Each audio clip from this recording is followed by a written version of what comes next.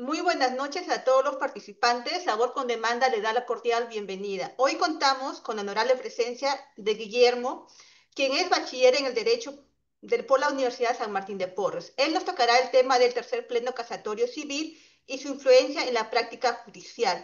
Antes de cederle el uso a Guillermo, a todos los participantes que están presentes, si ustedes tienen alguna duda o consulta, pueden levantar la mano o dejar su consulta en el chat. Sin más preámbulo, adelante Guillermo, te escuchamos. ¿Y cómo estás? Muy buenas noches. Te agradezco muchísimo por la invitación nuevamente. Sabes que para mí siempre es un gusto poder participar aquí del canal. Sé que lo estás transmitiendo por varios medios.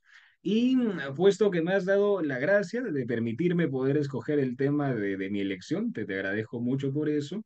He optado porque hoy hagamos un recuento de cómo poder aplicar en la práctica o conocer la aplicación práctica directamente del tercer pleno casatorio civil. ¿Por qué elegimos el tercer pleno casatorio civil y por qué considero que es un tema de bastante relevancia para la audiencia? Hemos hablado en la última sesión que tuvimos del primer pleno casatorio civil, por ejemplo, que versaba sobre la validez de la transacción extrajudicial. Y aprendíamos cómo, por ejemplo, se consiguió al final del caso, no del pleno, sino del caso, materia de la casación del pleno, lograr una indemnización derivada de un salto, digámoslo, poder sobrepasar lo que el propio Pleno incluso había dicho, las consecuencias del Pleno, a través del principio de favorecimiento para todo en cuanto le favorece del concebido, por ejemplo. Entonces, orientado esto ahora al derecho de familia, es importante que recordemos que el tercer pleno casatorio civil es a la fecha el único pleno que trata sobre derecho procesal de familia. Todos los demás plenos tienen que ver con el ámbito patrimonial. Y sabemos que el derecho, aunque civil es bastante amplio, podemos dividirlo en la práctica, y de hecho los juzgados así se dividen, juzgados de paz letrado, en los que ven algunos asuntos, luego también de familia, y luego la especialidad en familia o la especialidad en civil comercial, en dos grandes bloques. El derecho civil orientado a lo patrimonial y el derecho civil orientado a lo familiar sin que una cosa retire la otra, ¿no? Porque, por supuesto, en los procesos de familia hay un ámbito de patrimonialidad que finalmente se puede desprender de una pensión de alimentos. Hay un ámbito de patrimonialidad en una separación de bienes, tema del que vamos a hablar hoy día, en parte, derivado de una separación convencional. En aspectos familiares, aunque sí se tocan aspectos patrimoniales, también hablamos de una protección de intereses que yo diría son distintos, son más especiales, por poner un término, dado que se busca proteger desde la preservación de la unidad familiar, desde el interés superior del niño, principio muy importante tocado en el Pleno, que también vamos a tocar hoy, y lo que finalmente se persigue a través de este Pleno es poder regular con mayor flexibilidad aquellos aspectos derivados de la separación que puede haber, del divorcio, respecto al daño que se genera. Entendamos que hay dos grandes familias de divorcio. Tenemos el divorcio remedio y tenemos de otro lado el divorcio sanción. El divorcio remedio es aquel que sirve para tú poder determinar que hay una situación que en la práctica ya no existe, que es la existencia de un vínculo real que amerite que tú sigas teniendo formalmente un documento que dice que estás casado. Por ejemplo, si unas personas en los hechos se han separado hace 10 años, hace 15 años, y al día de hoy tienen un papel que los limita, consideran ellos, que es el acta de matrimonio, no está cuestionada, ellos tienen la posibilidad de poder acudir a un divorcio remedio, porque lo que se busca es remediar una situación que aunque formalmente existe, en la práctica no está y queremos que la práctica, que los hechos, que la realidad vayan de la mano con lo formal y que si a la fecha yo no me encuentro viviendo con una persona realizando todo aquello derivado del matrimonio, ya han pasado varios años, ya no tendría sentido que yo siga aquí figurando como casado, por bastantes aspectos. Tal vez yo ya no quiero tener nada que ver con esa persona, tal vez esa persona se ha portado mal conmigo, o tal vez yo necesito rehacer mi vida, volver a casarme, adquirir bienes y no necesito este lastre del acta de matrimonio con alguien con quien en verdad en los hechos ya no estoy. Y luego tenemos el divorcio sanción, la otra familia de divorcios, en las que hay un quebrantamiento de alguno de los deberes matrimoniales que se tiene, que motiva que tenga que existir un divorcio para sancionar, para apenar, que sea una consecuencia de que uno de los cónyuges ha quebrantado alguno de los deberes esenciales del matrimonio que motive de manera suficiente que el matrimonio ya no puede existir. Ejemplo clásico, la infidelidad. Dentro del matrimonio, uno está obligado a preservar algunos deberes, a respetarlos y a que sean una garantía entre ambas partes. El deber de fidelidad y lealtad, por ejemplo, se quebranta a través de una infidelidad. Es evidente.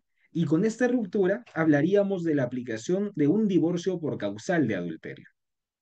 Divorcio de infidelidad también le llaman, el término adecuado es por causal de adulterio, pero en la práctica es que se ha quebrantado el deber de fidelidad y por eso yo acudo no a un divorcio que busque solucionar una situación que en la práctica se está dando, como las personas que no pueden tener problemas porque llevan 8, 10, 15 años sin verse. Ese es el divorcio remedio. Sino un divorcio que sanciona la conducta, en este caso la infidelidad, de uno de los participantes en la relación matrimonial. Entonces, habiendo comprendido la esencia de estos dos grupos de familias del divorcio, un divorcio sanción, recordemos, y un divorcio remedio, es importante que veamos que dentro de la separación existe la posibilidad de poder determinar que ha habido un cónyuge perjudicado como consecuencia del hecho de la separación per se o también de alguna de los incumplimientos de los que hemos hablado de forma precedente. El caso, materia de discusión, que motiva junto con otros, es el que se toma de referencia, que se convoque al tercer pleno casatorio, es un caso, yo diría, bastante triste. Cuando hablamos de los plenos casatorios suele evitar hablarse del caso en específico, no porque sea un tabú, sino porque no es la parte relevante, entre comillas, ¿no? Los hechos, por ejemplo, no son lo importante, vamos de frente a la parte resolutiva, lo que es derecho y nos dice, se toma esta decisión, esto de acá es vinculante, etcétera, pero considero a título personal que es importante poder conocer los hechos para que sepamos cuál es el motivo, la causa de origen de que hay una situación jurídica, un vacío, una contradicción que motiva que tenga que convocarse un pleno casatorio, que es el evento para los que vemos derecho civil más relevante, creo, de la historia mientras estamos vivos. Es el equivalente a nuestro cónclave si fuésemos cardenales de elección del pontífice. Y la motivación de la elección de esta casación para el pleno casatorio es porque el caso es de la siguiente manera, en Puno. En Puno hay una pareja de agricultores. La señorita se casa con él, al final se casan porque ella resulta embarazada y tienen a sus hijos, pero este hombre la convence a ella, le dice, mira, yo tengo, uno de los dos tiene que estudiar. Uno de los dos tiene que estudiar para que salgamos adelante, ya no estar siempre en la chacra. Ayúdame a pagar mis estudios. Y la señorita accede dentro de su propia declaración, la pueden encontrar en el pleno, es de acceso público, es parte de la demanda. Ella señala que ella accede a esto, incluso lo motiva diciéndole, está bien, ambos somos agricultores, es cierto que uno para buscar una mejor calidad de vida tiene que formarse, vete a estudiar a la ciudad y allí estudia la carrera magisterial. Hazte profesor, para que por lo menos con un grado académico, con un título licenciado, tú ya puedas procurar un mejor mantenimiento de la familia para ti y para mí como unidad, como matrimonio y también para nuestros hijos. ¿Qué pasa con este señor? Él lo que hace, no tiene nombre para mí, es se va con el dinero que ella le mandaba y hay un intercambio epistolar. Hay cartas que ellos estaban mandando.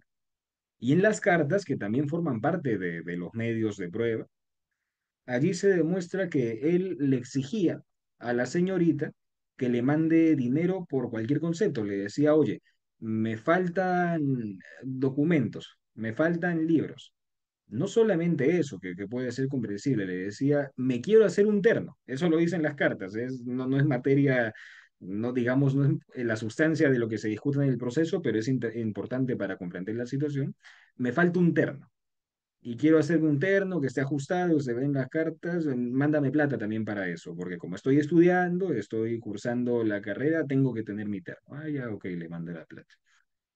vamos a tener salidas, vamos a tener excursiones, por ejemplo, con los compañeros. Necesito plata, mándame. Sigue trabajando ya como agricultor y le mandaba la plata. Resulta que este señor había dicho a todo el mundo que él era soltero.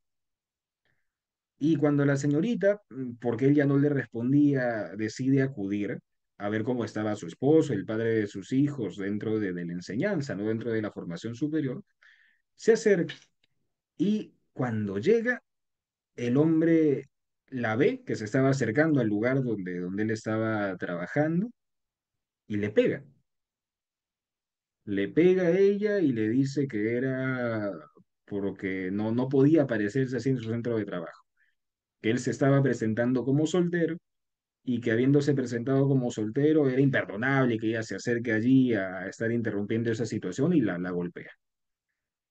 Entonces, aparte de esto, él, habiéndose formado con el dinero que le daba esa señorita de su trabajo como agricultora para luego tener un título, ser profesor y poder ejercer la carrera, decide, o mejor dicho, deja de pasar la pensión de alimentos a los hijos. Tampoco los visitaba y se desconoce completamente de la familia. Corrijamos algo, no es pensión de alimentos, es su obligación alimentaria, porque posteriormente, ante este desconocimiento, hace falta que la señorita le inicie una demanda de alimentos, de pensión de alimentos, porque él ya no estaba pasando dinero y como consecuencia de la demanda y con el trabajo que ya había podido conseguir con su esfuerzo, sí, también con el de la señorita, empieza a pagar la pensión de alimentos como con el dinero que él podía ganar. Pasan años de esa situación, ellos no se veían, ella ya había sufrido, aparte del episodio en el colegio, ¿no? En el centro de labores del señor, varios episodios de violencia sobre ella, refiere que también sobre los hijos, además de que no le estaba pasando antes de que se lo judicialice una pensión de alimentos. Y transcurridos años de esta separación, ella le demanda un divorcio. Y ellos acuden aquí a la figura del divorcio remedio. Empecemos aquí con los fundamentos de aplicación práctica que pueden servir a quienes nos están viendo para poder determinar cuál es el divorcio que correspondería demandar, cuáles son los aspectos que yo debo tener en consideración para poder demandar un divorcio, considerando que hay tres aspectos muy importantes, hay más, hemos elegido tres para la conferencia de hoy, que se desprenden del pleno casatorio. El pleno se motiva porque tiene que elegirse a un cónyuge perjudicado dentro de la relación. Por los hechos referidos, nos puede resultar evidente que el cónyuge perjudicado en este caso es la señorita, la esposa. Por todos los hechos que se van acá ya determinando, podría ser ella el cónyuge perjudicado. Pero no es el único caso, es el que se toma para el pleno. Habían criterios contradictorios en casos similares respecto a la elección del cónyuge perjudicado, determinar quién es el cónyuge perjudicado, pero también la cuantificación de la indemnización correspondiente al cónyuge perjudicado. Si me acompañan, voy a, con tu permiso, Emily, compartir pantalla. Creo que se puede. Ahí está. Confírmame, por favor, si puede verse la pantalla.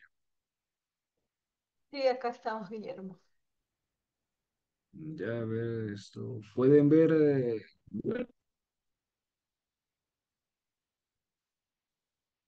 si estoy compartiendo ahí el código civil? Sí, un mapa. ¿Un mapa o el código civil? No, un mapa es. A ver, volvamos a compartir. Creo que elegí solamente una pestaña. A ver, toda la pantalla. Ya estamos. Ya. El artículo 345A de nuestro código, 345A, nos habla de la consecuencia de la generación de un perjuicio dentro de la relación matrimonial. Si me acompañan en lectura, acá dicen, para invocar el supuesto del inciso 12 del artículo 333, el demandante deberá acreditar que se encuentra al día en el pago de sus obligaciones alimentarias u otras que hayan sido pactadas por los cónyuges de mutuo acuerdo. Punto que motiva la modificación del código a raíz de este pleno casatorio. Ojo, antes del pleno casatorio no había esta parte del articulado. porque, y punto importante que vamos a conversar luego, se dispone que esto va a ser un requisito de admisibilidad, un requisito de procedencia de la demanda. ¿Ah? Punto importante que vamos a tomar en consideración para más adelante. Pero recordemos esto. Primera sección del artículo 345A respecto a la indemnización en caso de perjuicio. Se vuelve precedente vinculante y al día de hoy, si uno quiere interponer su demanda de divorcio, es importante que consideremos esto de acá. Un requisito de procedibilidad. Suspendámoslo, abramos paréntesis. El juez velará por la estabilidad económica del cónyuge que resulte perjudicado por la separación de hecho, así como la de sus hijos. Deberá señalar una indemnización por daños, incluyendo el daño personal, u ordenar la adjudicación preferente de bienes de la sociedad conyugal, independientemente de la pensión de alimentos que le pudiera corresponder. Y son aplicables en favor del cónyuge que resulte más perjudicado por la separación de hecho las siguientes disposiciones en materia de patrimonialidad en cuanto sean pertinentes. Este artículo nos señala que cuando uno demanda un divorcio y este divorcio al final tiene la posibilidad de determinar que existe un cónyuge perjudicado, a quien se elija como perjudicado no solamente se le da la satisfacción moral de decir efectivamente tú has sido el perjudicado por la inconducta de la otra parte, de la otra persona. No es solamente algo nominal. Implica, y ahí la importancia de buscar determinar dentro de nuestros casos que el cónyuge es el perjudicado en los hechos, ¿no? En la práctica, para que en sede judicial se determine, porque se fija una indemnización en favor del cónyuge perjudicado. Veamos, recordemos lo que hemos comentado al principio, los divorcios que se demandan por alguna de las causales referidas a un divorcio de sanción. Me han sido infiel y ante esto debo plantear mi divorcio por la causal de adulterio. Forma clásica de poder plantear la acreditación de esto. Sencillo. La partida de nacimiento de un hijo que tiene con otra persona, un hijo reconocido. Entonces es evidente que ha habido intimación, han habido relaciones sexuales extramatrimoniales al momento en el que ya se tiene acá un hijo. Segundo supuesto, yo también tengo el divorcio por quebrantamiento del deber de asistencia. Imagínense que hay un hecho de violencia. El esposo le pega a la esposa, atentando directamente en contra del deber que él tiene de buscar la prevalencia, de buscar una asistencia mutua entre los cónyuges. Ya, ahí hay una causal. Es una violencia, es agresión. Y configura también un divorcio que, con la simple determinación de la responsabilidad y de la causal, ya tenemos ahí directamente un factor de atribución suficiente que determina: tú incumpliste este deber, se te aplica esta causal, y ya tenemos un divorcio sanción que implícitamente comprende la imposición de una indemnización. Si se determina que ha sido un divorcio por causal, corresponde una indemnización a la parte que se ha visto perjudicada. Pero en este caso, ojo, no se está demandando, volvamos a nuestro caso de Puno del tercer pleno casatorio, no se estaba demandando en esencia por los hechos de violencia que habían ocurrido de manera previa. Tampoco se estaba demandando porque hasta que se judicializa, solo fueron hechos narrados, no se estaba pasando la obligación alimentaria sobre la esposa y sobre los hijos. Entonces, el hecho principal, recordemos que se demanda en el caso materia de discusión en el Pleno, es que ellos ya llevan varios años separados y que por lo tanto tendría que establecerse un divorcio por esto. Esto lo enmarcamos entonces, me comprenden, no dentro de la categoría del divorcio sanción, porque aunque sí han habido hechos de violencia, la señorita, la esposa, también alega incluso infidelidad, si han habido hechos que podrían constituir una causal. Infidelidad, quebrantamiento del deber de asistencia, hechos de violencia, no pasar la pensión de alimentos, etcétera. Lo principal que se estaba demandando era que el divorcio debía concederse en razón de que hace ya varios años, es la causa principal, no están conviviendo ellos, no tienen ninguna clase de vínculo real y por lo tanto corresponde aplicar, ¿me entienden? Hasta aquí ya no un divorcio de sanción, aunque hayan habido hechos de quebrantamiento de estos deberes matrimoniales, sino un divorcio remedio, porque buscan ambas partes, busca la parte que está demandando, perdón, poder rehacer su vida, concediéndose en sede judicial este divorcio porque de verdad ya no tiene nada que ver con esa persona. Y la pregunta aquí es, y eso es el jugo, digamos, la esencia de lo que queremos ver del pleno, del tercer pleno casatorio civil, la pregunta es, ¿cómo yo puedo pretender una indemnización en un caso como este, tan evidente que se ha perjudicado de maneras reiteradas y muy graves a una de las partes, en este caso a la esposa, si es que no se está demandando un divorcio por causal, sino que se está demandando un divorcio remedio? Aquí separemos el divorcio remedio dentro de las vertientes, digamos, en que podría llevarse a cabo. Tenemos el divorcio remedio por la separación de hecho, o lo que se llama la separación de cuerpos. Cuando dos personas no cohabitan por una causa imputable a alguna de ellas, no buscándose preservar, perdón, la continuidad del vínculo matrimonial, allí podemos hablar de una falta del deber de cohabitación. Mi esposo lleva varios años siendo mi esposo solamente en un acta. En la práctica, él de verdad no nos viene a visitar a mí, no nos viene a visitar a mis hijos, entonces demando un divorcio remedio por una separación de cuerpos, por causal de separación de cuerpos.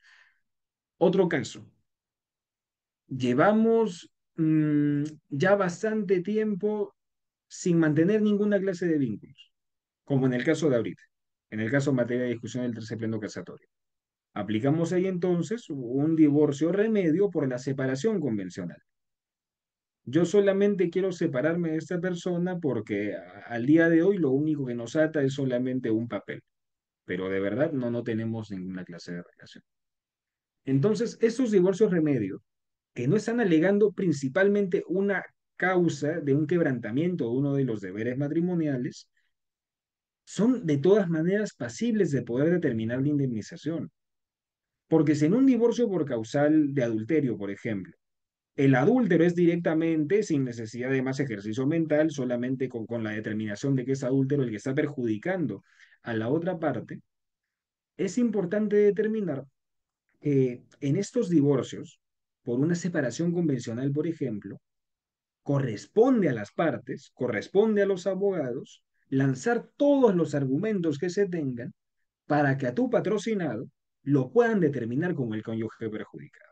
Repetimos, no solamente como una victoria moral, sino porque está la posibilidad de que al cónyuge perjudicado se le dé la indemnización por defecto por la determinación por sí misma de que él es el cónyuge perjudicado. Entonces, respondamos a tres preguntas que creo yo nos servirán para determinar la aplicación práctica del tercer pleno casatorio. El cómo, el quién y el cuánto. ¿Cómo? Es importante determinar que en este pleno casatorio se establecieron criterios para la flexibilización de los procesos de familia, amparándose, por supuesto, esto en la garantía del interés superior del niño y también en las garantías que tiene un Estado de Derecho. Se suele hablar poco de estos aspectos tan generales, pero al mismo tiempo tan importantes, que ocupan por lo menos una veintena de páginas. Solamente desarrollo doctrinario, solamente desarrollo sociológico de la función del derecho de familia en este caso, pero no olvidemos que la intención final del legislador y la intención final de los jueces debería ser la garantía y preservación de la defensa de los intereses de quienes son la parte vulnerable dentro de esta clase de casos. Pongamos un ejemplo en materia laboral. Se entiende que hay una inversión de la carga de la prueba en el proceso laboral porque se reconoce de facto que la parte débil, no necesariamente la parte perjudicada, ojo, pero sí la parte débil es el trabajador. De allí la existencia de un principio como el indubio pro operario. La duda debería favorecer al trabajador dentro del proceso laboral, que es lo que aplica. No solo dentro del proceso laboral, ojo, también podríamos aplicarlo dentro de procedimientos que persiguen un despido, la determinación de un despido. Es importante tomar eso en consideración. Pero aquí viene la consulta. Si en el proceso laboral se entiende que por esta clase de principios, por defecto, hay una presunción de la existencia de una debilidad en una de las partes, en este caso del trabajador, ¿cómo yo puedo determinar considerando que efectivamente dentro de la separación sí hay una parte débil, pero ¿bajo qué criterios yo puedo determinar quién es la parte débil?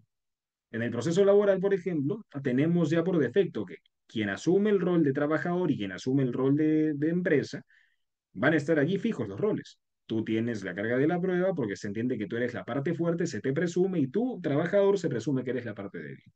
Pero en el esposo y la esposa, donde ambos naturalmente van a decir, tú fuiste peor, tú fuiste más malo, tú tienes la culpa, tú me hiciste esto. ¿Cómo podemos fijar un criterio predecible, no uniforme, pero sí predecible, para que podamos determinar quién es el cónyuge perjudicado de esta separación de hecho? Y allí entra tarea del Pleno señalando varios puntos muy importantes.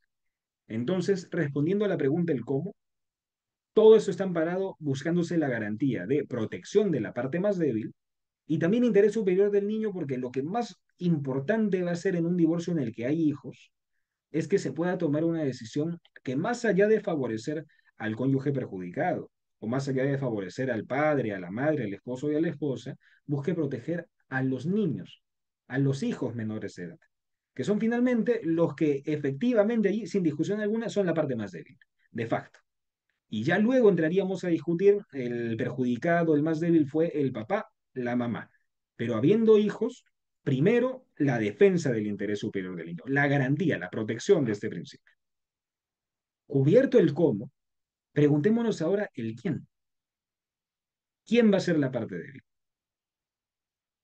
Esto no es un trabajo tan sencillo de determinar porque no todos los casos van a presentarse como el de esta casación de Puno.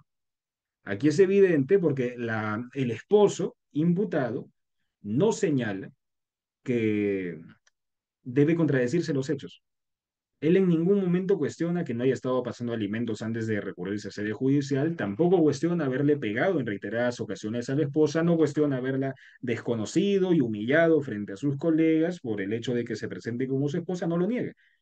Evidentemente, tenemos una parte débil. Pero insisto, en aquellos supuestos en los que se entra en contradicción, ambas partes tienen medios de prueba, que es además para lo que más probablemente los vayan a contratar.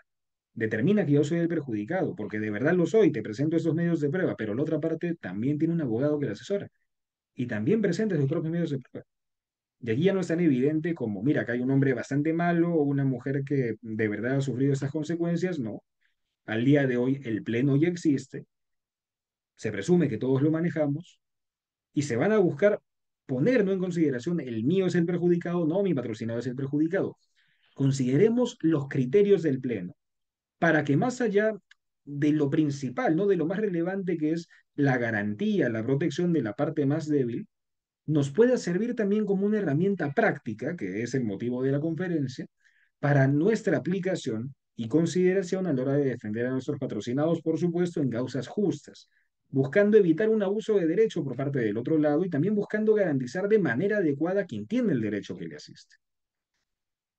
Criterios, digamos, trucos o pautas a seguir para que puedan determinar que mi patrocinado es el cónyuge perjudicado. Fijemos imaginariamente un conteo. Cónyuge uno, cónyuge 2.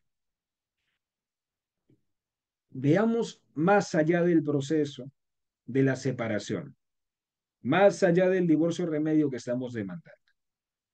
¿Qué se nos ocurre que podríamos señalar, hablando de juicios, hablando de procesos en sede judicial, que de manera ajena a este proceso en principio pueda determinar que nuestro patrocinado es la parte perjudicada, la parte débil? De buenas a primeras, imaginemos el proceso de la demanda de alimentos. Es más sencillo determinar que hay una parte perjudicada si, más allá de nuestro proceso, ahorita el original, el que es materia de discusión, la fijación, la determinación de quién es la parte débil, una de las partes ya ha demandado los alimentos, porque sabemos que existen múltiples herramientas para que las personas que por algún u otro motivo no pudieron llegar a mantener una vida en común, a compartir la vida, a cumplir con la expectativa del matrimonio, dejan hijos y hay mecanismos para poder llegar a la solución de controversia siempre que las partes lo quieran. No es necesario tener que acudir en proceso siempre. Porque cuando hay un padre y una madre que de manera diligente dicen, tuvimos nuestros problemas, nos hemos separado por distintos factores, pero hay hijos de por medio, se busca llegar a un acuerdo. Y es posible poder hacerlo de manera privada, sin necesidad de acudir al juicio de alimentos. Para eso está, por ejemplo, el acta de conciliación, que puede de buena fe, con buenos resultados, solicitarse entre las partes y buscarse cumplir, y en caso de incumplimiento, acudirse al proceso único de ejecución, por ejemplo, al proceso ejecutivo. También se brinda dentro de la demanda la posibilidad de llenar formularios de conciliación, para que incluso antes de llegar a sede judicial o evitando que se llegue a sede judicial, las personas que acuden a la tutela del Estado, a la demuna en este caso, para solucionar una controversia, lleguen sin tener que afrontar todo un proceso a un acuerdo, a través de una conciliación, en este caso suministrada, proveída también por el Estado, sin llegar a la tutela jurisdiccional. Pero ¿qué pasa cuando hace falta que a una persona yo le exija el cumplimiento de una obligación alimentaria porque no ha querido llegar a un acuerdo, no cumple con sus hijos, solo los deja a cargo de uno sin responsabilizarse? Se inicia la demanda de alimentos.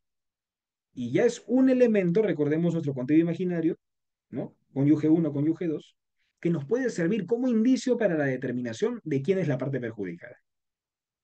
Entonces se comprende que el cónyuge que se ve forzado a demandar alimentos porque la otra parte no cumplió con los acuerdos verbales, no cumplió con los acuerdos en sede conciliatoria, por ejemplo, o directamente nunca se hizo cargo de la obligación, hizo falta que yo acuda en sede judicial para poder demandarle, exigirle que cumpla una obligación para con sus hijos. Entonces, primer punto, ¿cómo determino? ¿Cómo voy sumando puntos para que se determine que el cónyuge al que patrocino o que yo mismo soy el perjudicado? A través de la interposición de la demanda de alimentos. Y es mucho mejor si al final la demanda te da la razón. Porque aunque originalmente, inicialmente podamos plantear, mira, la sola presentación de la demanda sirve para que se pueda presumir que yo soy el cónyuge perjudicado. En principio, podría ser un elemento indiciario. Mira, está demandando, la demanda está en curso, puede ser. Pero lo ideal es siempre que vayamos con garantías. Y ya hay un criterio, más aún considerando que ya existe un criterio, que es el fijado en la casación 4310-2014 Lima, de la Corte Suprema de Justicia de Lima. Voy a anotarlo ahorita en el chat para que lo puedan tener en cuenta. Casación 4310-2014 Lima, para que la puedan revisar. Y la casación toma un criterio bastante interesante para poder determinar dentro de estos elementos que estamos brindando para poder ayudarnos a la determinación del cónyuge perjudicado, a partir de qué momento es que yo podría considerar que me sirve la demanda de alimentos para ser considerado un cónyuge perjudicado. Y el criterio de la casación allí es bastante claro, cuando señala que no basta la mera interposición de la demanda de alimentos, sino que se requiere de la existencia, valga la redundancia, de un requerimiento de pago de la pensión alimenticia. Término importante, que lo voy a dejar ahí también por el chat. Requerimiento de pago. No basta que tenga un proceso de alimentos. Para tener más solidez, no basta incluso que el proceso haya sido sentado, que la demanda haya sido presentada o que la demanda haya sido admitida. Es necesario, para generar completa convicción y que la demanda de alimentos para mi proceso de separación ya no sea solamente un indicio, sino un elemento que dice, efectivamente, tú eres el cónyuge perjudicado, que existe un requerimiento de pago. Ejemplos de requerimiento de pago. Uno sabe bien que desde el momento en que interpone la demanda de alimentos, a partir de la notificación de la demanda, la notificación legal de la demanda adecuada a la contraparte, empieza a correr el tiempo para exigir el cumplimiento de la obligación alimenticia. En otras palabras, yo demando hoy día alimentos al padre de mis hijos. Le notifican la demanda el 1 de julio, pero el proceso es largo. El proceso termina en noviembre, 5 meses. sobrecarga procesal, en fin, se han demorado. Cambios de domicilio, 5 meses. No existe la obligación desde que se emite en noviembre del 2025 la sentencia, ojo. Ya tenemos una sentencia, cosa juzgada, que podemos nosotros recurrir, por ejemplo, a ella si es que hay un incumplimiento. Decir, mire, en mérito de esa sentencia se ha fijado una pensión de alimentos y ahora que estamos enero de 2026, él desde noviembre no paga. Mira, han pasado 3 meses, por favor, exige el pago. No, la obligación existe desde el momento en el que él, el 1 de julio ha sido notificado de la demanda. Porque se entiende que no vamos a estar esperando a que el proceso, que puede llegar a ser largo, y no siempre por atribución de las partes, a veces es el mismo sistema el que se tarda, o alguna de las partes hace jugadas malas, ¿no? Para poder ampliarlo demasiado. No vamos a estar esperando a que tengamos recién la sentencia para poder exigir los alimentos, sino que se entiende que la obligación existe desde el momento mismo de la notificación. El proceso se resuelve después. La sentencia sucede semanas o meses después de las actuaciones pertinentes de manera previa. Pero ya existe una obligación que va corriendo desde aquí. Y al momento de emitir la sentencia, si la parte no ha cumplido con pagar o no se ha, por ejemplo, interpuesto o oficiado directamente por el juzgado una medida cautelar de asignación anticipada, ya hay un monto que pasa a llamarse devengados. Y estos devengados, que es la sumatoria del monto establecido de manera previa, ya sea de manera cautelar, homologándose, equiparándose al monto finalmente resuelto por sentencia, o ya sea el monto de la sentencia que se presume incluido de manera precedente, ya configura devengados. Me gustaría tener ahorita una pizarra. Tengo una pizarra en la que poder dibujar, pero no van a poder ver muy claro. Está muy, muy por detrás, pero hagamos una línea temporal, mental, para poder determinar esto que es muy importante, para poder tener en cuenta. Sé que no es materia de nuestro tema de ahorita, pero creo que puede servir mucho para la aplicación práctica, que justamente es el tema de este tercer pleno casatorio.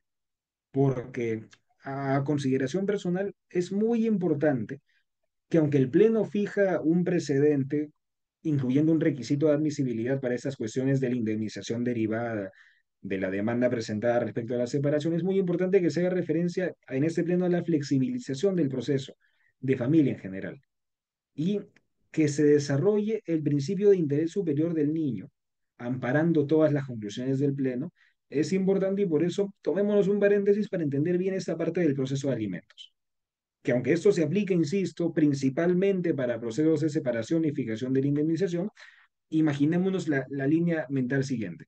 Pusimos fecha de presentación de la demanda, fecha de notificación de la demanda. A partir de aquí, fecha de notificación, es que empieza a correr el término. Empieza a correr el término aquí para que ya hay una obligación exigible.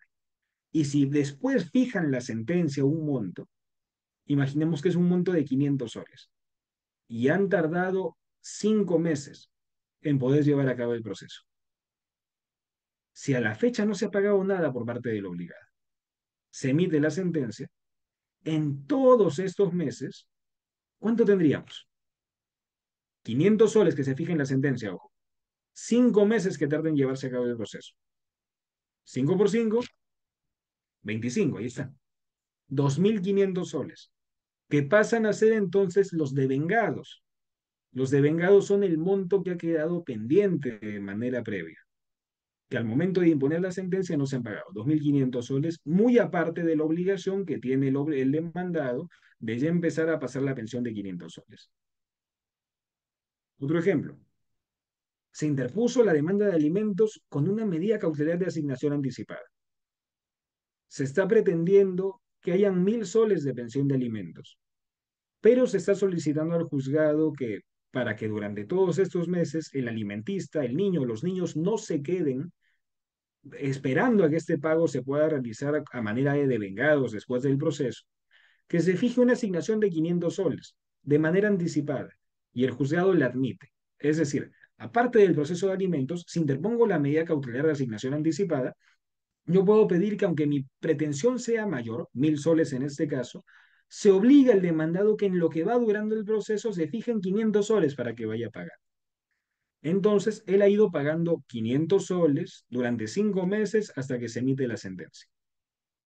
500 soles durante 5 meses, 2.500 soles. Y la sentencia al final me da la razón y me dice, está bien fundamentado, es proporcional, es adecuado, 1.000 soles de pensión de alimentos a partir de la fecha. Mismo criterio.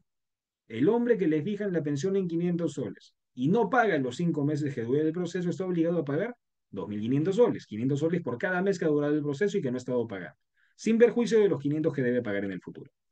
Pero aquí también, si ya hay asignación anticipada, 500 soles por 5 meses, 2.500 soles, y se ha fijado esta pensión en 1.000 soles por 5 meses, el monto de devengados, si no hubiera asignación anticipada, sería de 5.000, sin perjuicio de los 1.000 que en adelante van a tener que haber para cada mes. Pero como ya ha habido una asignación anticipada, tiene que generarse un monto de vengado que es la diferencia entre el monto fijado multiplicado por los meses precedentes de duración del proceso y lo que efectivamente se ha pagado. En términos sencillos, si ya pagó 2.500 soles, pero al final se determinó que la obligación tenía que ser de 1.000 soles, son 5.000, la otra parte está obligada a pagar la diferencia. Si de los 5.000 ya pagué 2.500, te debo 2.500. Con eso, claro, en ambos supuestos, el que debe 5 meses porque no ha pagado nada y el que debe la diferencia porque en 5 meses ha estado pagando menos de lo que finalmente se sentenció. Volvamos a nuestro tema, tercer pleno casatorio. Un indicio, un elemento para determinar que yo soy el cónyuge perjudicado, la demanda de alimentos. ¿A través de qué habíamos dicho? Está en el chat, a través del requerimiento de pago. No basta solo la interposición de la demanda, no basta incluso que se admita la demanda, no basta la notificación, no basta la existencia de la obligación. Se necesita, casación 4310-2014 Lima, el requerimiento de pago. Nuestra figura, devengados, en cualquier caso, devengados producto de la falta de cumplimiento o devengados producto del pago parcial de la obligación a través de una asignación anticipada. La existencia de devengados pendientes de pago ya configuran requerimiento de pago. Primer punto. Miren cómo estamos barajando un proceso diferente, el proceso de alimentos, para que nos den la razón en este proceso de separación solicitando ser el cónyuge perjudicado. ¿Quedó claro? Demanda de alimentos, el monto pendiente de pago cuando se emite la sentencia, parcial o total, ya configura el requerimiento de pago. Porque ahí el juzgado va a emitir una resolución diciendo, se fija, sí, en la sentencia, este monto de pensión alimenticia, pero falta pagar un monto de manera previa, porque no ha estado cumpliendo o porque ha cumplido de manera parcial. Esa resolución, para hablar en términos más específicos, la resolución que ordena el pago de los devengados, configura requerimiento de pago que nos sirve para poder determinar que soy cónyuge perjudicado en el proceso. De una mano levantada, Emily, coméntanos, por favor. Sí, estimado Guillermo, yo tengo una consulta respecto a lo que estás comentando. ¿Tiene que haber una resolución con una liquidación aprobada para este caso o solo una deuda nada más? Bien. Cuando existe deuda, la mera existencia de la deuda no va a configurar requerimiento de pago. Sí es muy necesario que exista una deuda para poder tener el requerimiento. Pero ojo, la mera existencia de la deuda no configura por sí misma requerimiento de pago. Imaginemos que, por ejemplo, la parte no ha pagado 3 meses la pensión de alimentos que le corresponde. Quedó claro lo de los devengados. Con la resolución que me ordena el pago de devengados ya aprobé el requerimiento. Pasemos a otro supuesto para absolver aquí tu consulta. Ya estamos en el supuesto de que ya se ha sentenciado, ya se han pagado los devengados o hay un plan de pago, se está pagando, nos olvidamos de los devengados. Al día de hoy hay una resolución judicial, una sentencia que dice al padre que esté pasando una pensión de 1.000 soles al hijo. Pero llega enero, febrero, marzo, abril, no ha pagado. El solo hecho, a criterio de la casación, que es el criterio mayoritario, ojo, es importante tomarlo en cuenta para que no nos vayan a perjudicar en los casos en adelante. El solo hecho de no estar pagando sí configura una obligación que en el proceso de alimentos puede ser exigible, por supuesto, pero buscando aplicar nuestro proceso de alimentos para que nos beneficie en nuestro proceso de separación, no constituiría elemento suficiente. Sí podría ser un indicio, pero no elemento suficiente para determinar que soy el cónyuge perjudicado. Porque no basta que exista esta deuda. El otro no ha pagado 4 meses, sí debe. pero yo de manera diligente debo haber puesto en conocimiento al juzgado competente, al juzgado que está revisando el proceso de alimentos, de que, oye, no me ha pagado 4 meses. Y el juzgado, con el escrito en el que lo percibimos de esto, emite una nueva resolución en la que dictamina, efectivamente, no se ha pagado, la parte lo ha notado y ha puesto en conocimiento de esto al juzgado, emítase una resolución en la que se requiere a la parte que cumpla con el pago de las pensiones pendientes. Entonces, con mi solicitud, admitida a trámite, con la nueva resolución que requiere el pago de la pensión alimentaria, ahí sí ya es otro supuesto en el que yo ya tengo el requerimiento de pago. Entonces, trucos, digámoslo entre comillas, para poder levantar nuestras posibilidades de salir favorecidos con la indemnización correspondiente en el proceso principal, sería requerimiento de pago a través de pensiones devengadas o también el requerimiento de pago a través de una resolución que ordene el pago de pensiones impagas. Sí, Emily, coméntanos. Sí, Guillermo, yo quería hacer un comentario respecto a esto porque Ujú. hace 2 semanas hemos tenido una audiencia de reducción de pensión de alimentos y para todos los presentes que lo tengan en claro, ¿no? Entonces, la parte demandada, porque se está pidiendo una reducción ya que el señor se encontraba recluido, su abogado indicaba que hay una deuda. Sí había una deuda, como yo dije hace un momento, pero no había una propuesta de una liquidación, no había una resolución aprobada. Como tú lo has mencionado, el mero hecho de que haya una deuda no acredita. Entonces yo le digo a la parte demandada, en este caso, que tiene que haber una resolución, que tiene que haber una propuesta aprobada por el juzgado. Entonces, para que acá los participantes tengan en consideración y no se encuentren con este problema al momento de estar en una audiencia. Eso sería todo, estimado Guillermo. Oh, aporte muy, muy necesario, Emily, porque es cierto, no basta la mera existencia de la deuda, porque aunque hay una deuda que debe favorecer a los menores, también cae en el deber diligente de la parte que representa a estos menores el estar solicitando el cumplimiento de esta deuda. Por ejemplo, a través de la extensión de una propuesta liquidatoria, que si ya se ha llegado a tomar conocimiento por parte del Ministerio Público, como en el caso que trae esa colación, debe ser debidamente aprobada, tomada en consideración por el Ministerio. Y entonces sí, es necesario que exista un requerimiento de pago en los supuestos en los que ya hemos señalado de manera precedente, para que allí recién la demanda de alimentos con el requerimiento de pago ya establecido nos sirva no como indicio, sino como elemento suficiente para determinar que soy la parte perjudicada dentro del proceso de separación. Con eso claro, con eso claro. Porque si hay alguien que le han demandado por pensión de alimentos, pero siempre paga, si ha pagado sus devengados, si ha pagado la liquidación, de ser el caso, todos los meses paga la pensión de alimentos, ahí es más difícil, directamente no lo van a poder admitir como un factor suficiente que determine que tú eres el cónyuge perjudicado. Si es un indicio, como digo, en todos los casos, evidentemente puede servir para trabajar la subjetividad del juez que uno sea el que demanda los alimentos. Pero para poder cumplir con todos los criterios que al día de hoy están pidiendo en las salas, se necesita no solo la interposición, no solo la existencia de la obligación, sino el requerimiento de pago de la obligación de alimentos. Con eso sí, ya se tiene un elemento que puede ser suficiente, si no se presentan otros, para determinar que tú eres el cónyuge perjudicado. A todo esto, hablando de la pensión de alimentos. Un requisito, un precedente que sale a raíz del tercer pleno casatorio y que motiva la modificación, ¿no?, de este articulado del Código Civil, es que para yo poder demandar que soy cónyuge perjudicado, para yo poder demandar esta clase de separación con la indemnización correspondiente, es obligatorio que si yo, habiendo hijos de por medio o habiendo obligación alimentaria, soy el obligado en un proceso de alimentos, esté al día en el pago de las pensiones para poder demandar. Punto importante que nos sirve para probar dos cosas, de lo que hablábamos antes y un nuevo factor. No podemos pretender que nuestro patrocinado o nosotros mismos seamos el cónyuge perjudicado si es que no estamos al día de existir un proceso de alimentos en el pago de esas pensiones.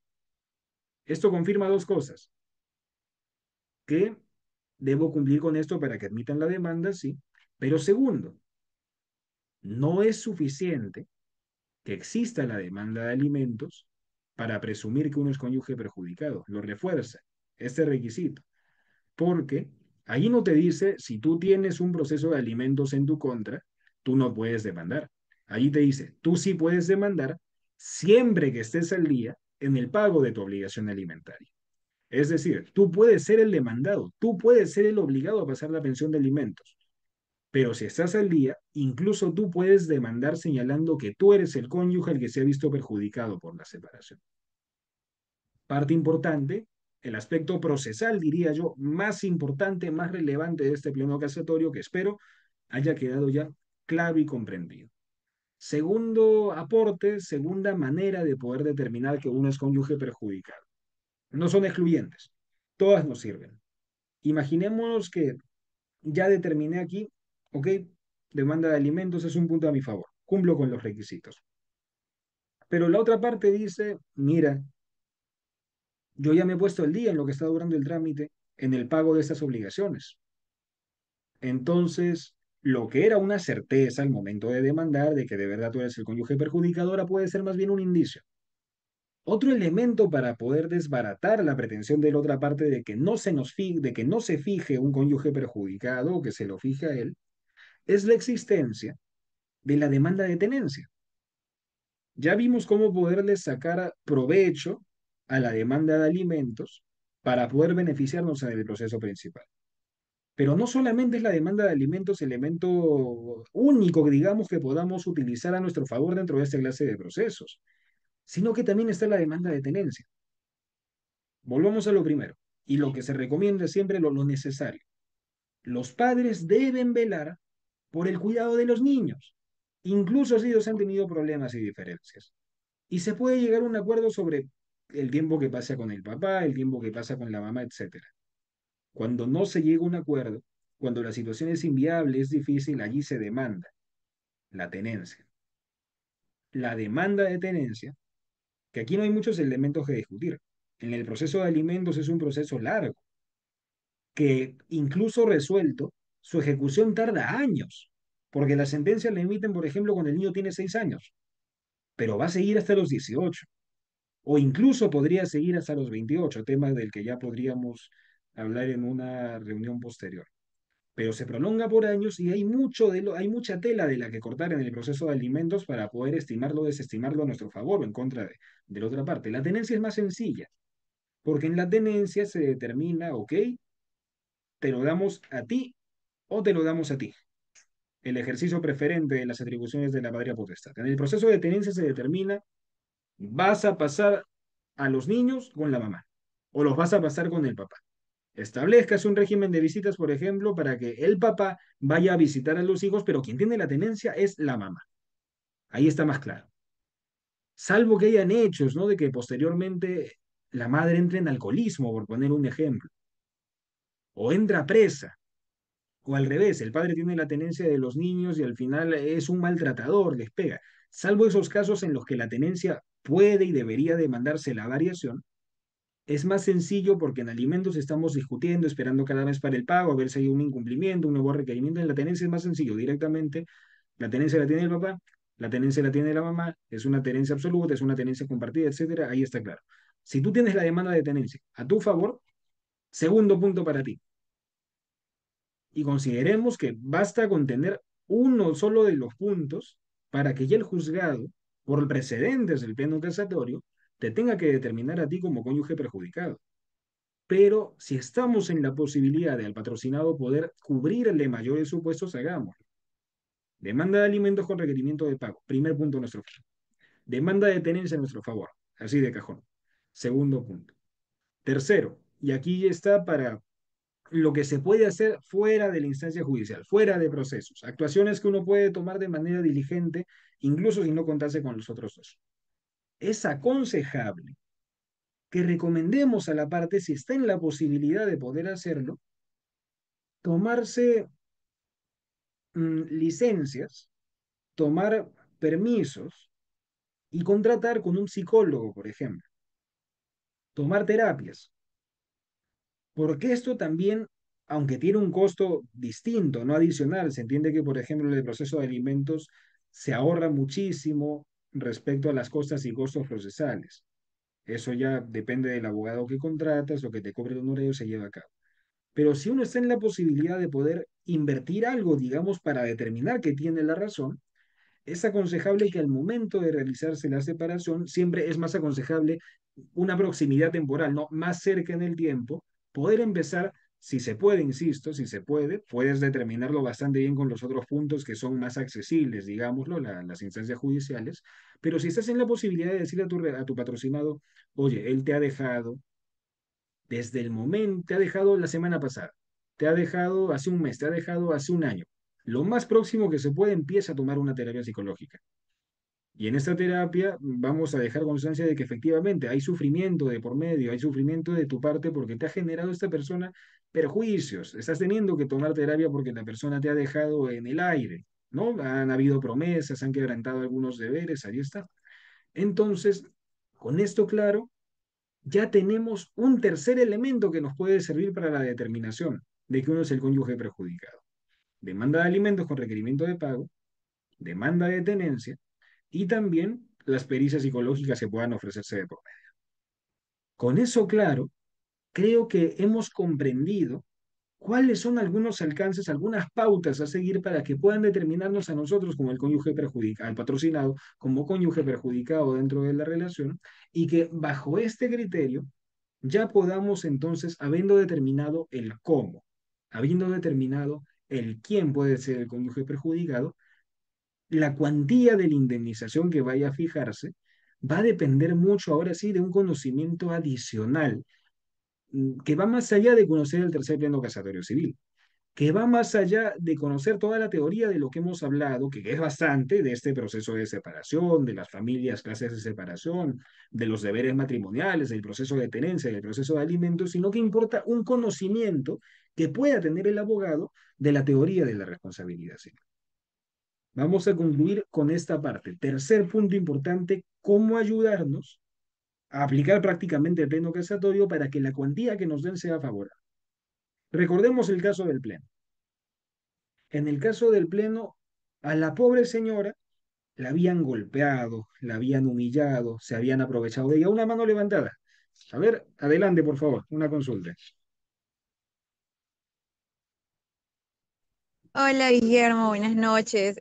Tenía una consulta de cuál es el estándar probatorio mínimo aceptado en la práctica judicial para justificar una indemnización por separación de hecho. O sea, ¿bastaría con los testimonios y declaraciones o sería imprescindible la prueba documental o psicológica? ¿Cómo estás, Urbi? Buenas noches. Muchas gracias por tu pregunta. Punto muy importante al que quería llegar más adelante, pero para responder y que pueda quedar claro, cubrámoslo ahora de una vez. La prueba. La prueba tiene distinta naturaleza. La prueba se distingue en mecanismos distintos de probarse. Existe efectivamente la prueba testimonial a la que hace referencia, que es la mera declaración, por ejemplo. Declaraciones que, a manera de consejo, es mejor tenerlas legalizadas, tomadas ante un notario público, de testigos, nos pueden servir declaraciones de parte.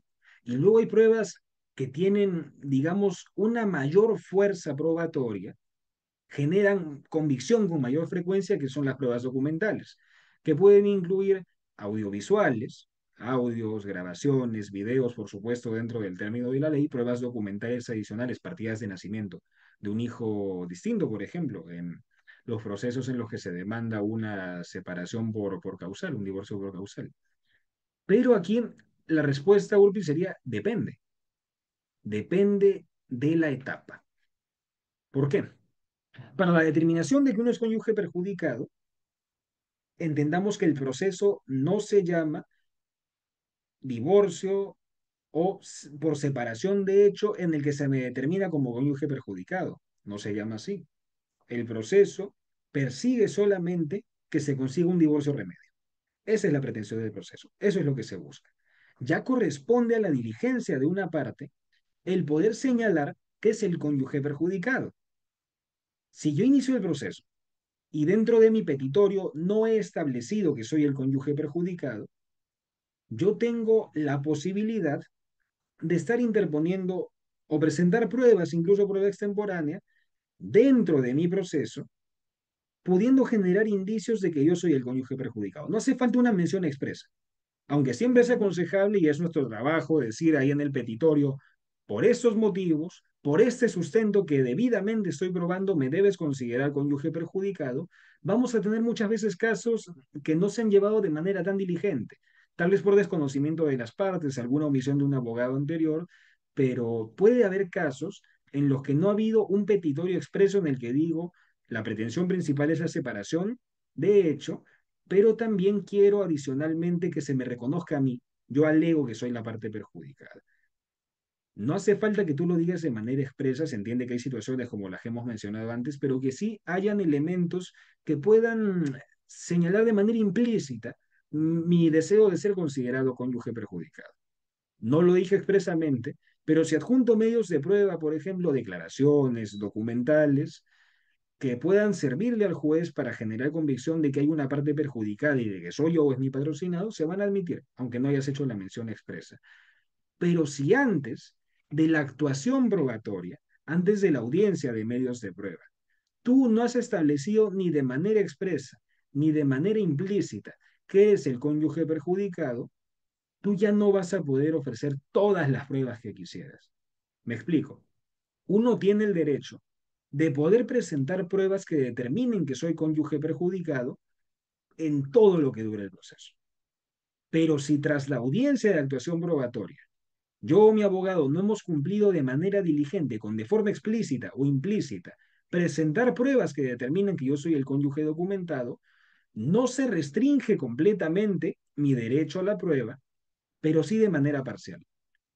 Más que una restricción, es una sanción adecuada, porque hay un periodo, hay una etapa en la que yo debería haber hecho este ejercicio diligente de mi derecho de la, entendiéndose que debe primar la realidad, que es más importante la persecución de la justicia que formalidades, lo dice directamente el tercer pleno, tu derecho no se ve completamente recortado.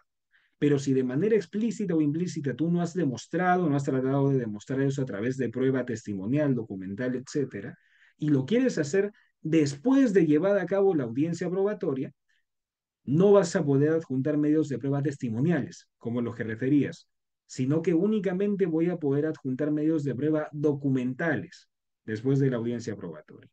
Entonces, el derecho va a estar siempre. Aunque yo no haya hecho un buen trabajo al principio señalando de manera implícita o explícita, mejor todavía, no, con la debida probanza, yo voy a poder determinarlo a lo largo del proceso siempre. Pero después de la audiencia de actuación de pruebas, yo sola me veré limitado a poder presentar medios de prueba documentales. Otra clase de medios que lo más usual en estos casos son los testimoniales, lo más práctico. Yo ya no los podría estar presentando después de la audiencia probatoria.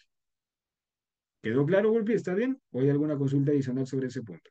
Sí, Guillermo, me quedó muy claro. Muchas gracias. Ya, no hay de qué. Entonces, en síntesis, probar, voy a poder probar siempre. Pero si no lo he hecho de manera adecuada, diligente, hasta la audiencia probatoria, se recorta mi derecho a la prueba únicamente a medios de prueba documentales. Los testimoniales van a poder ofrecerse solamente antes de la audiencia de actuación probatoria. Con ese punto procesal claro, entonces, muy importante, miren, habíamos dicho antes que el aspecto procesal más importante determinado aquí era el requisito de admisibilidad de haber pagado la pensión de alimentos para poder yo estar capacitado para hacer esta clase de demandas. Pero aquí con la pregunta hemos visto que hay otro aspecto importante, también la actuación probatoria, cómo se restringe o cómo se faculta, dependiendo de si vemos el vaso medio lleno o medio vacío, la capacidad en el proceso de poder estar interponiendo pruebas, adjuntándolas. Punto importante, muy bien traído. Entonces, hablando de la cuantificación, que era el punto final que íbamos a aconsejar aquí, hablábamos de la importancia de conocer la teoría de la responsabilidad civil, porque así como hemos visto que es conveniente que yo no solamente me maneje el proceso de separación, que no lo conozca como en la palma de mi mano, sino que también debo saber cómo jugar, cómo trabajar con el proceso de alimentos, con el proceso de tenencia, volvamos a la doctrina. Porque, ok, yo ya determiné en la vía adecuada, bajo los parámetros adecuados, que yo estoy solicitando ser el cónyuge perjudicado. Yo ya me he esforzado de manera diligente en conseguir los medios de prueba que están a mi alcance, documentales, testimoniales, y jugar con todas las otras pautas que ya hemos visto en esta clase. La demanda de alimentos con requerimiento de pago, la demanda de tenencias, el oficio de pericias, la realización de exámenes psicológicos. Pero si yo ya conseguí todo eso y no hago un esfuerzo suficiente, adecuado para la cuantificación, no me va a servir de nada. Porque en el caso que hemos planteado, el caso del pleno, mm, para el que no ha leído el pleno, se va a sorprender. El monto que le dan a la señorita por concepto de resarcimiento por todo lo que había estado pasando, 10.000 soles. 10.000 soles. Se hizo una incidencia, eso sí, en que por todo lo que ella alegaba que había sufrido, que no nos cabe ninguna duda de que haya sido así, ella no veía recortado su derecho a poder acudir en otra vía, por ejemplo, me imagino a la indemnización de daños y perjuicios correspondientes. Es una posibilidad, puede seguir acudiendo, porque ahí faltó capacidad probatoria. Pero para que eso no pase, y que el solo mérito del 345A del código nos pueda amparar nuestra pretensión y conseguir allí la indemnización adecuada, la indemnización justa, digámoslo, debo manejar no solo derecho de familia, no solo civil en la vertiente de familia, con lo que hemos visto, sino también el aspecto patrimonial que al principio dijimos es implícito del derecho civil. Siempre que tengamos alguna pretensión adicional, incluso secundaria, accesoria, debemos conocer el aspecto patrimonial. Y recordemos, para concluir, aspectos básicos de la teoría de la responsabilidad civil que me sirvan para conseguir una adecuada cuantificación de la indemnización. Recordemos que es importante que para yo poder acreditar la existencia de un perjuicio, primero debo acreditar que efectivamente soy la parte perjudicada en esta clase de procesos. Con todos los lineamientos, pautas, consejos que hemos visto de manera precedente, yo ya determino que soy la persona legítimamente, la persona capaz de poder demandar esta indemnización. Porque efectivamente, de los medios de prueba ofrecidos, se entiende que yo he sido la parte perjudicada de esta separación.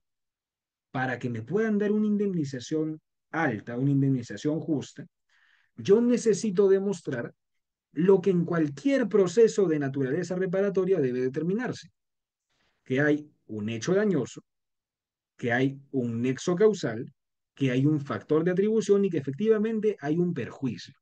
Lo mismo que haríamos para un proceso civil, patrimonial, una indemnización por daños y perjuicios. La ejecución, por ejemplo, de, de una penalidad en un contrato. Lo mismo que aplicaríamos para otra clase de procesos, no tenemos por qué dejarlo de observar para un proceso de familia. Hay más temas en discusión y ya los hemos estudiado, pero también apliquemos las reglas que son para cualquier proceso que tenga una pretensión patrimonial aquí, determinando que yo soy el cónyuge perjudicado, porque yo ya demostré que soy mi persona, yo mismo soy el que está perjudicado. Ahora demostremos lo que demostraríamos de manera clásica en cualquier otra clase de procesos. Estos daños se me han generado y me han hecho incurrir en gastos. Y recordemos que además de poder recuperar los gastos, miren cómo se va relacionando todo lo precedente. La pensión de alimentos que tú no has estado pagando todo este tiempo, ¿quién la asume? ¿El aire? ¿No? Si no la asumes tú, ¿cómo se mantienen estos niños? Yo lo he estado trabajando. Miren, un importe. Todo el monto de las pensiones de alimentos que no se han estado pagando es un monto que va sumando para mi indemnización. Adicionalmente, con la tenencia. Yo estoy haciéndome cargo de la tenencia de estos niños porque he demostrado que tú, por ejemplo, no eres responsable, no eres afectivo, no eres amoroso, no les provees lo adecuado. ¿Quién lo está asumiendo también? La tenencia. Y además de que porque quiero a mis hijos, también lo hago porque sé que están mejor conmigo que contigo, porque les doy más para su nivel de vida, para sus cuidados como niños, para sus cuidados como menores de edad, educación, etcétera, otro importe que va a sumar a mi indemnización. La vamos elevando un monto. Yo he tenido que tomar terapia psicológica, gastar en psicólogo porque tú me dejaste. Otro monto, ¿ah? Lo que has estado gastando en psicólogo, que por eso es importante poder oficiarlo de manera previa, que también va sumando. Y la cereza del pastel, si ya hemos determinado toda esta clase de daños, con la evidencia, por favor no olviden la evidencia, con la evidencia adecuada, para que haya responsabilidad de por medio, para que haya responsabilidad civil, por ejemplo, adjuntar comprobantes de pago de todo lo que yo estoy gastando como consecuencia de eso. No solo en mi psicólogo, también en los alimentos, también en gastos de abogado. Todo este monto líquido fácilmente comprobable, vamos a sumarlo con la indemnización por daño moral, porque me has generado un daño a la persona también, además de los daños económicos. Y si computamos estos daños económicos en los que yo he incurrido, los que tú me has generado, más el daño moral, ya estamos aplicando de manera perfecta la teoría de la responsabilidad civil. Soy el capacitado para poder demandarla, sí, como consecuencia, como consecuencia del divorcio, yo me estoy viendo afectada y a través de todos los medios de prueba ofrecidos, debidamente acreditados, debidamente documentados, yo puedo demostrar que tú me estás generando un daño. Y demostrado el daño, vamos a conseguir que a nuestros patrocinados se les dé, además de la satisfacción original de lo que ellos están buscando, lo que es por fin separarse de la persona que tanto daño les ha hecho, una indemnización que no sea poca cosa, que no sea baladí, sino una indemnización fuerte, justa y debidamente, diligentemente demostrada a través de todo el trabajo previo que hemos hecho para que, además de la separación y además del hecho de que determinen victoria moral para mi patrocinado, que es el perjudicado, le puedan dar una indemnización que sí sea gruesa, que sea suficiente para poder buscar por lo menos acercarse al resarcimiento de los daños que ha estado sufriendo y naturalmente una indemnización no va a poder nunca cubrir todos los daños, el sufrimiento que ha pasado una persona, pero sería muchísimo mejor si esta indemnización terminara más inflada, sea más económicamente favorable y viable. Entonces, Emily, pasamos, con tu permiso, a la sección de preguntas, si las hubiera, siendo esto, esperando, ¿no? Que haya quedado claro todo sobre cómo podemos aplicar de manera práctica las conclusiones del tercer pleno casatorio civil para los procesos que estemos llevando de manera personal.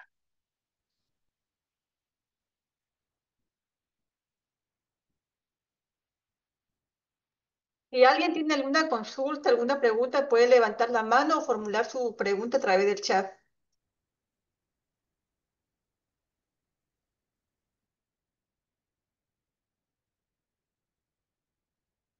Emily, tú. Sí, y Guillermo, yo te quería hacer una consulta. Más allá de que la persona, ¿cómo se puede realmente probar un daño psicológico en la práctica? Si es que no ha pasado por una pericia psicológica y yo demando, sí, me quiero divorciar porque me ha maltratado psicológicamente. ¿Cómo se podría probar eso? Lo ideal siempre va a ser que yo pueda acudir por eso en el periodo, en el lapso más cercano al momento de la separación al hecho. Es poco probable que me puedan admitir a trámite la devolución de gastos en psicólogo y el consecuente daño moral que yo puedo solicitar si es que me he separado hace 10 años de la persona y estoy solicitando mi divorcio remedio y recién ahorita tomo el psicólogo. El juez va a decir, no, tú solamente lo estás tomando porque quieres inflar la indemnización, no te lo admito. Entonces, en aquellos supuestos en los que ya ha pasado mucho tiempo como para que sea productivo el poder oficiar esta clase de actuaciones psicológicas, o en los que tal vez la parte no tiene el dinero suficiente para poder asumir esta esquela adicional, ¿no? de probanza, lo aconsejable es que nos esforcemos mucho al momento de plantear el daño moral. El daño psicológico debe ser acreditado por un psicólogo. Y como este proceso no es un proceso en el que sea usual que se oficie al Instituto de Medicina, por ejemplo, a los peritos adscritos, perdón, del Poder Judicial, sería ideal que se haga un sustento adecuado del daño moral.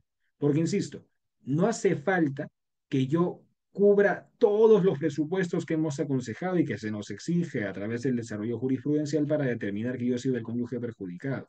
Si no hay dinero o el tiempo que ha pasado es mucho para que se puedan hacer esta clase de actuaciones psicológicas, trato de compensarlo con el daño moral, porque aunque no hemos demostrado la parte psicológica, por lo menos no en la forma en la que estoy aconsejando, sí, naturalmente vamos a poder haber esforzándonos para poder demostrar otro punto.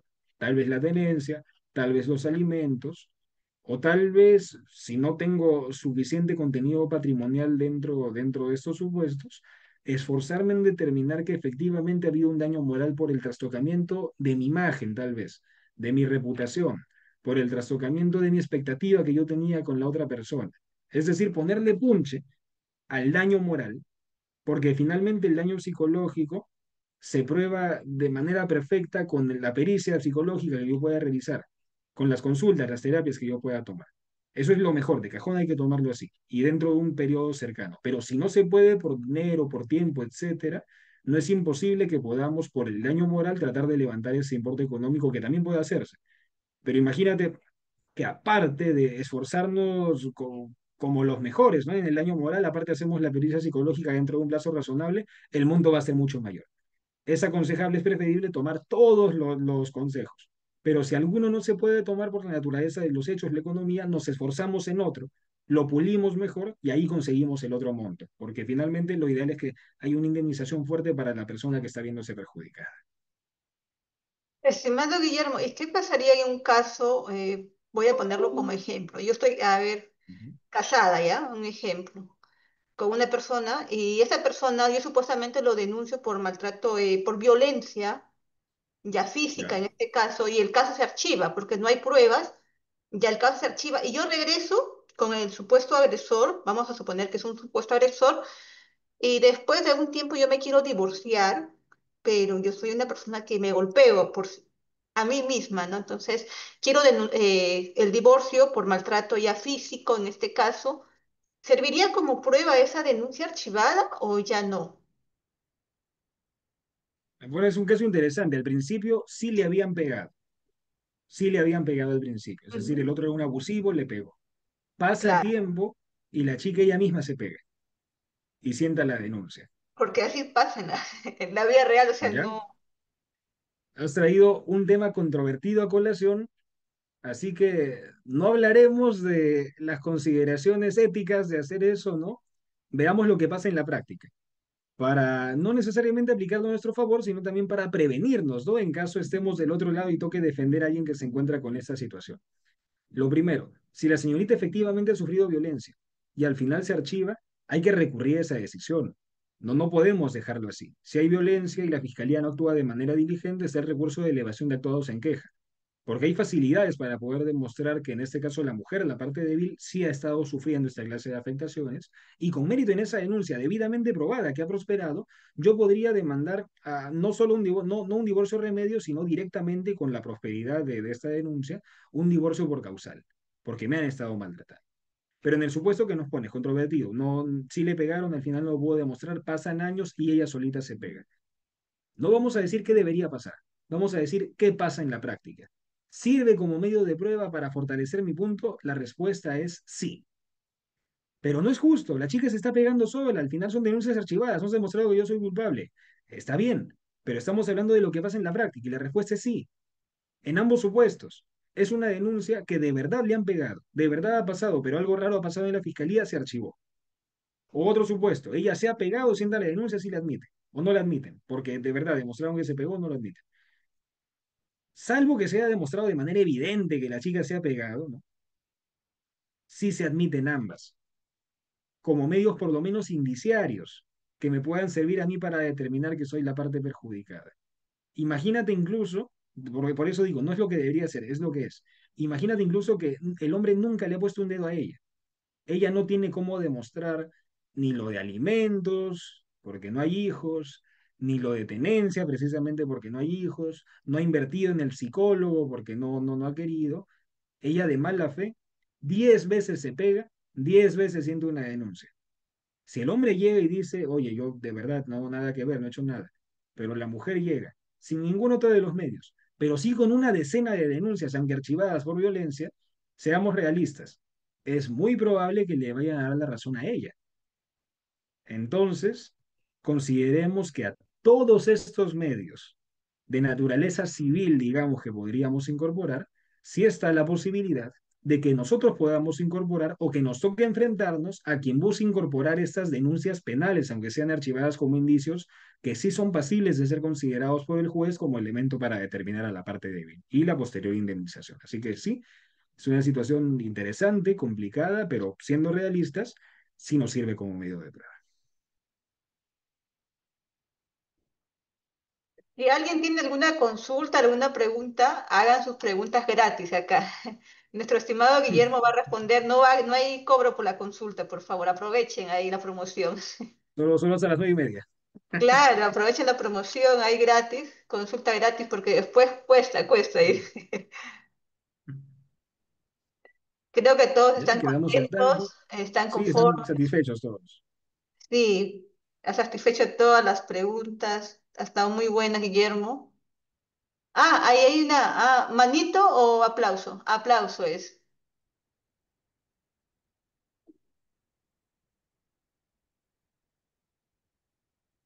Ya no, no es manito, no hay No, no hay ninguna preguntas. Quedó consulta, claro, soy Guillermo. satisfecho, entonces lo hemos expuesto bien, Emily. Ya saben todos cómo poder entonces asesorar en los procesos de separación, divorcio, remedio y conseguir la indemnización.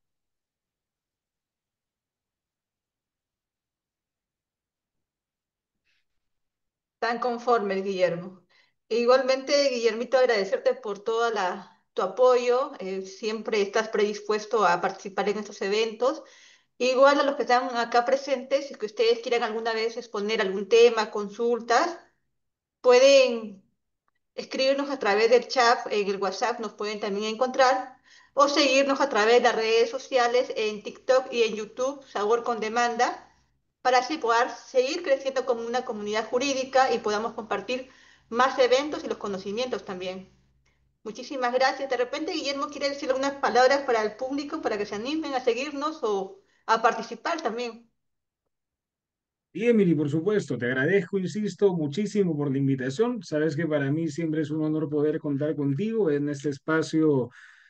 Siempre hay mucho contenido relevante, importante y lo mejor actualizado, ¿no? Porque siempre procuras traer aquí a personas del ámbito académico, profesional, que podamos principalmente hacer una labor de enseñanza y ayuda, ¿no?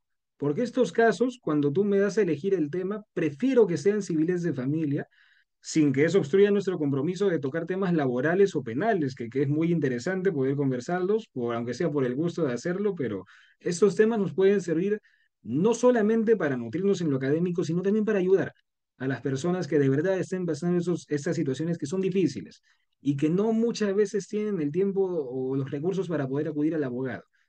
Entonces, si ya lo van a ver desde una perspectiva personal, llevar el caso es ideal que lo manejen para cobrando hacer un muy buen trabajo y conseguir buenos resultados y que sepan que por el trabajo que cobras lo estás haciendo de maravilla. Pero también para poder asesorar, porque creo que una madre diligente, que he visto muchísimas, que se ven una, dos, tres clases, una consulta por aquí, no por allá, ya saben todo para poder demandar un proceso de alimentos mejor que un abogado que ve de vez en cuando civil. Entonces, con eso, finalmente, Emily, te agradezco nuevamente muchísimo por el espacio y sabes que cuentas conmigo para futuras intervenciones. Muchísimas gracias a todos los participantes y damos por concluida el evento. Igual, nuevamente, si es que ustedes desean exponer algún tema, participar, pueden escribirnos o seguirnos a través de YouTube o en Facebook Sabor con Demanda. Gracias con todos. Muy buenas noches.